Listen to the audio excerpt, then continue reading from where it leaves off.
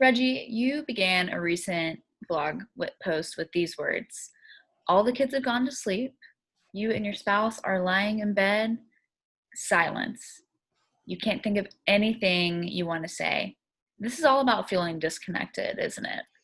It really is.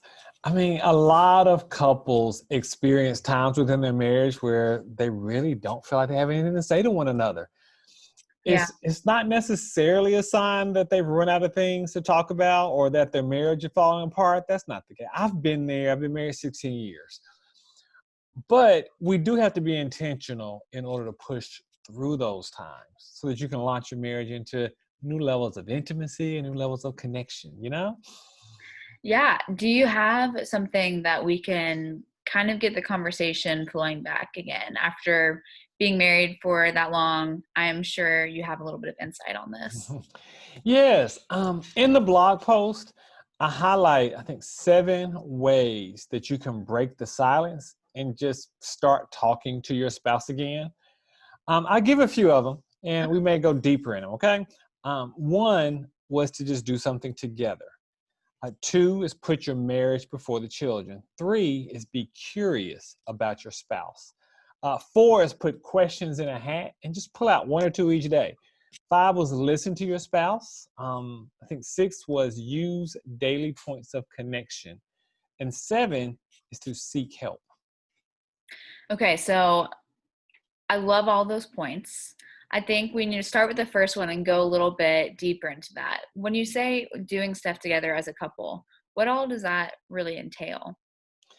It can be a lot of things: hiking, tennis, taking a dance class, just doing things together. Here's what happens: it creates shared interests and shared experiences Okay. that lead to discussions about what you saw, what you heard, what you thought about what you're encountering, things like that. Dr. Howard Markman, who is the co-director of the University of Denver Center for Marital and Family Studies, um, their research indicates that the more you invest in fun, friendship, and just being there for your partner, the happier the relationship will be over time.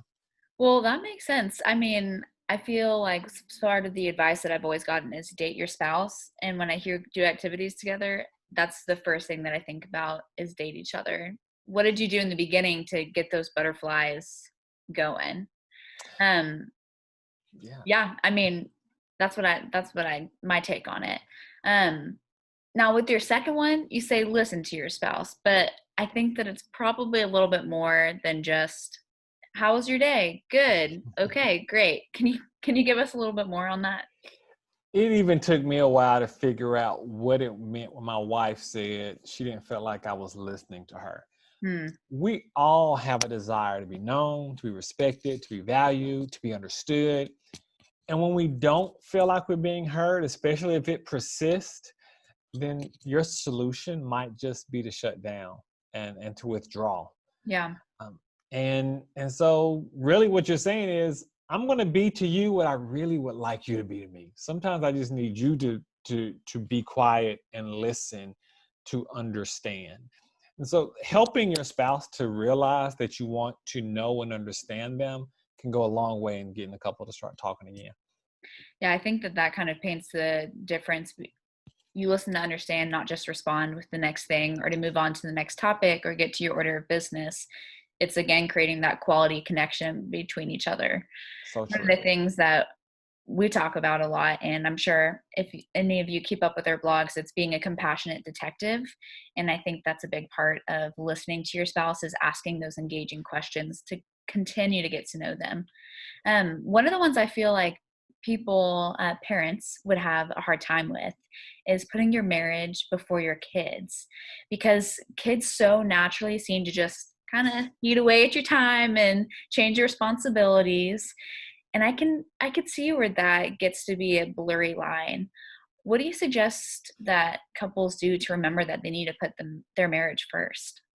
Sarah, it is so easy to get caught up in all of the needs and tasks and all the things that your kids have going on.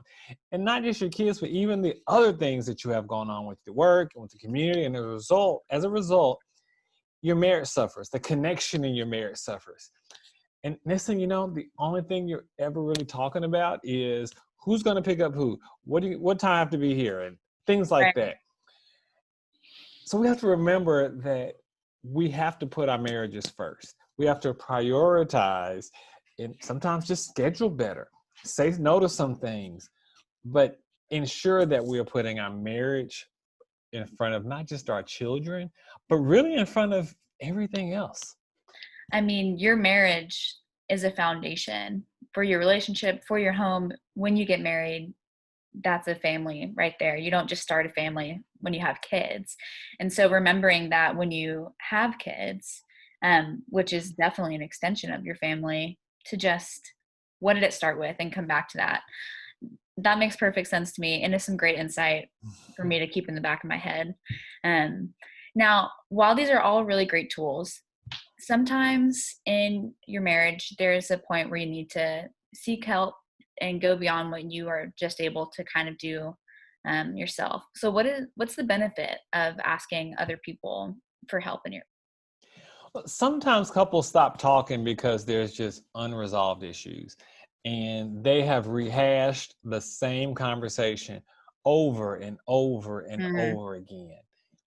Sometimes when you find that happening, that might be a good time to seek some help. It might be a good time to just to find a trusted couple that you don't mind talking to, that you can be open and honest with.